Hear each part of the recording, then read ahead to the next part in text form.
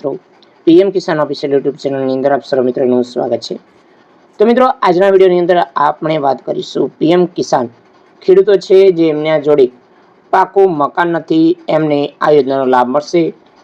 તો આ યોજના માટે અગત્યની માહિતી જાણીશું કે વિડીયો અંત સુધી જોતા રહેજો, જેથી તમને ખબર પડી શકે આ યોજનાની અંદર કઈ કઈ યોજનાનો લાભ મળશે અને સહાય કેટલી મળશે, અરજી કરવાની છેલ્લી તારીખ કઈ રહેશે એ પણ વિગતો જાણીશું। વિડીયો અંત સુધી જોતા પહેલાં જો તમે અમારી ચેનલ પર નવા છો તો ચેનલને સબસ્ક્રાઈબ જરૂર કરજો।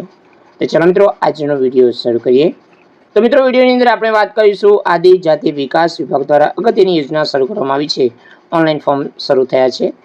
તો આદિજાતિ વિકાસ વિભાગ દ્વારા ગુજરાત રાજ્ય ગાંધીનગર દ્વારા જે અમલે જુદી જુદી આદિજાતિ કુટુંબને સર્વાંગી વિકાસ માટે જુદી જુદી યોજનાઓ અમલ મૂકવામાં આવી છે, જે 2024-25 માટે રહેશે। તો આ યોજના માટે ઓનલાઈન ફોર્મ તમને આ વેબસાઇટની અંદર તમને ભરવા મળશે। મિત્રો, એની અંદર સૌથી પહેલી યોજના છે કુંવરબાઈનું મામેરું, બીજી યોજના છે 7 ફેરા સમૂહ લગ્ન અને ત્રીજી યોજના છે વ્યક્તિગત ધોરણે આવાસ યોજના, એટલે કે પોતાનું ઘર નથી અને તમે પોતાનું ઘર પાકું બનાવવા માંગો છો એ અંતર્ગત સહાય છે। તો આની અંદર 20/6/2024 લઈને 20/7/2024 દરમિયાન તમે આની અંદર ઓનલાઈન ફોર્મ આ જે વેબસાઇટ ઉપર દર્શાવેલી છે એની અંદર ભરી શકો છો। તો આ સહાય જીવનની અંદર આજીવન એકવાર આપવામાં આવશે। તો આ યોજના વિશે અગત્યની માહિતી જાણીશું કે વ્યક્તિગત આવાસ યોજના જે શરૂ કરવામાં આવી હતી, જે અનુસૂચિત જનજાતિના જે કુટુંબોનો છે એમના જોડે રહેવા માટે પાકું મકાન નથી, એમને સરસ જીવન માટે આ પાકા મકાન જરૂરી છે। તો આ યોજના શરૂ કરવામાં આવી છે। તો અનુસૂચિત જનજાતિના પરિવારોને આવાસ સમસ્યા હળવી બનાવવા માટે આ યોજના શરૂ કરવામાં આવી છે। તો મિત્રો, આની અંદર ભૌગોલિક જે ભૂમિકા અંતર્ગત તમામ જિલ્લાઓ અંતર્ગત હશે। તો મિત્રો, લાભાર્થી જેમના જોડે જીર્ણ થયેલા મકાન છે અને એમને પાકું મકાન રહેવા માટે બનાવવું છે તો એમને લાભ મળશે। તો માપદંડ વિશે વાત કરીશું। ગ્રામ્ય વિસ્તારોમાં બનાવેલ જે વખત પ્રસિદ્ધ હતી બીપીએલ યાદી જે મુજબ આ સહાય રહેશે। તો જાતિના આવકનો દાખલો તમારે આ લાવવાનો રહેશે।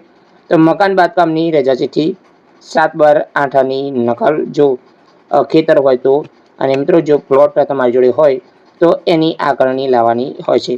તો બીજી વખત આવાસ યોજનાનો લાભ નથી લીધો તો મિત્રો, તાલુકા વિકાસ અધિકારીનું પ્રમાણપત્ર બાહેધરી હોવું જોઈએ।